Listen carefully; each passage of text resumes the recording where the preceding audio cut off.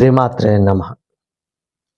ఈ సాధన చేసిన వారికి కేవలం సంపదలు లభించడమే కాకుండా సమాజంలో ఉన్నత స్థాయి లభిస్తుంది.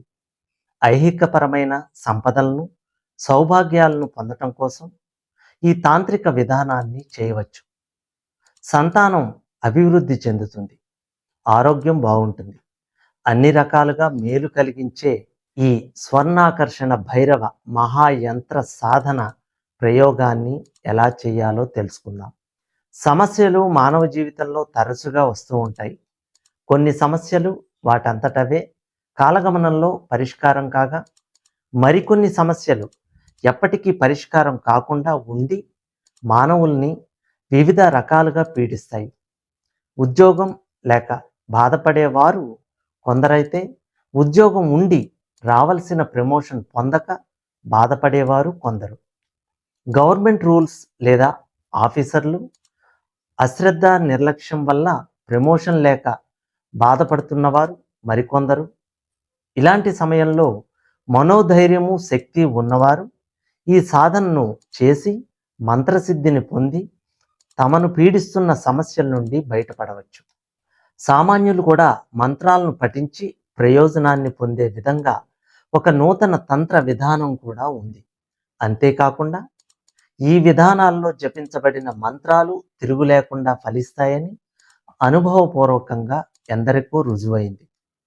స్వర్ణాకర్షణ భైరవ మహాయంత్రమును పూజించటం వల్ల సంపదలు లభిస్తాయి. ఈ యంత్రాన్ని భక్తి శ్రద్ధలతో పూజించినట్లయితే తప్పనిసరిగా ధనయోగం పడుతుంది. ఇంకొక విశేషం ఏంటంటే, స్వర్ణాకర్షణ భైరవ యంత్రాన్ని పూజించటం వల్ల నష్టాల్లో ఉన్న వ్యాపారాలు మంచి లాభాలు తెచ్చిపెడతాయి. అంతేకాకుండా కోరిన కోర్కెలు శీఘ్రగతిన నెరవేరుతాయి.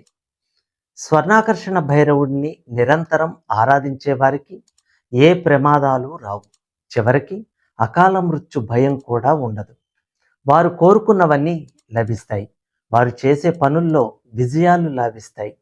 ముందుగా స్వర్ణాకర్షణ భైరవ మహాయంత్రమును గురువు ద్వారా స్వీకరించవలసి ఉంటుంది. ఈ మంత్రమును డిస్ప్లేలో ఇస్తాను, చూసి రాసుకోండి.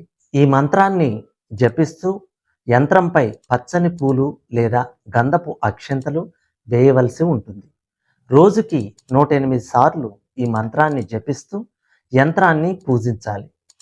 బెల్లపు పానకం ఈ యంత్రానికి నైవేద్యంగా ఉంచి పూజ అయిన తర్వాత ఆ పానకాన్ని ప్రసాదంగా స్వీకరించాలి.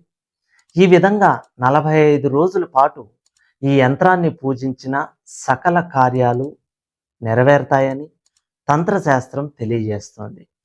సర్వేజన సుఖినో